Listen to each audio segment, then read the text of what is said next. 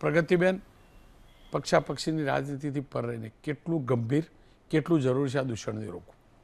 રોનકભાઈ, આપણે આ જ ટેબલ ઉપર બેસીને ઘણીવાર ડિબેટ કરેલી છે કે બાળકોનું દૂધ છે એ કૂતરા પી જતા હોય કે બગડી જતું હોય કે બહાર ફેંકી દેવામાં આવતું હોય, પણ એ બાળકોના પેટ સુધી નથી પહોંચતું. અને કદાચ આવી ગેરરીતિઓ થાય છે એના કારણે જ હું એવું માનું છું કે આજે ગુજરાતની અંદર 38%થી વધારે કુપોષિત બાળકો છે.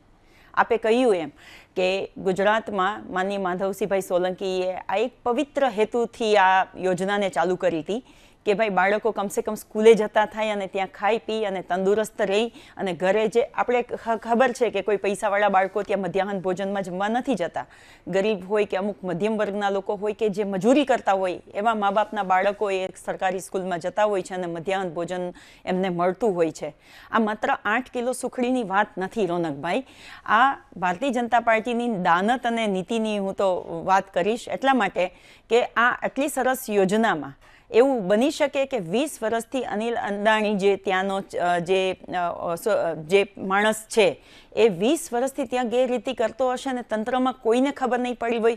હું તો ધન્યવાદ આપીશ અહીંયા આપના માધ્યમથી નાયબ કલેક્ટર શ્રી મકવાણા સાહેબને કે એમણે ત્યાં રેડ કરી અને એમને ખ્યાલ આવ્યો, એણે તપાસ કરી અને ખ્યાલ આવ્યો કે અહીંયા તો બાળકોના હાથમાંથી કોળિયો છીનવાઈ રહ્યો છે.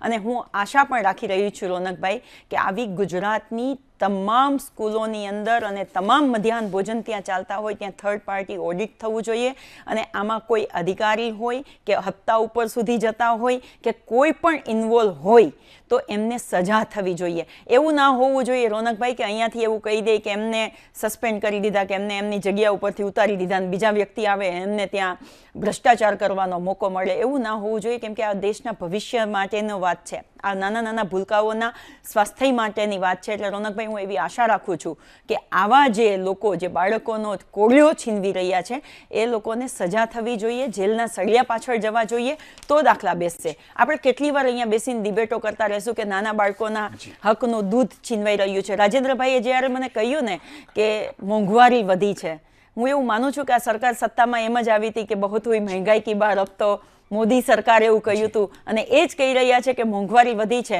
ભારતીય જનતા પાર્ટીના મેળાવડા કરવા હોય રોનકભાઈ તો એમાં કરોડોના ખર્ચા થાય છે તો નથી નડતું, પણ આ બાળકોના ભૂલકાના કોળિયા માટે થઈને એ લોકોને બજેટ નડે છે. ત્યારે એક સ્ત્રી તરીકે અને એક ગુજરાતના નાગરિક તરીકે મને રિયલી દુઃખ થાય છે કે બાળકોના એક સુખડી હટાવી દેવાની વાત કરો, જે મહિનામાં તમે એકવાર આપો છો એ હટાવવાની વાત કરો છો, તો એ બહુ જ દુઃખની વાત છે.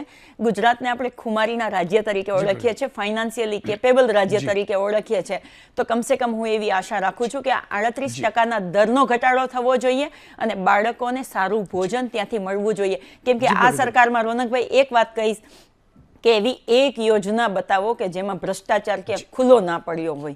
એટલે આ ગુજરાતની જનતાએ પણ જોવાનું છે કે આ ભ્રષ્ટાચારી સરકારની સામે કેવા કેવા પગલાં લેવા જોઈએ. અને હું જનતાને પણ અહીંયાથી કહું છું કે તમારા બાળકો સ્કૂલમાં ભણતા હોય તો જેમ મકવાણા સરે રેડ પડી છે એ કરી છે, એવી રીતે તમે લોકો પણ ત્યાં મધ્યાહન ભોજન ક્યારેક ચાલતું હોય ત્યારે જાઓ અને તપાસ કરો.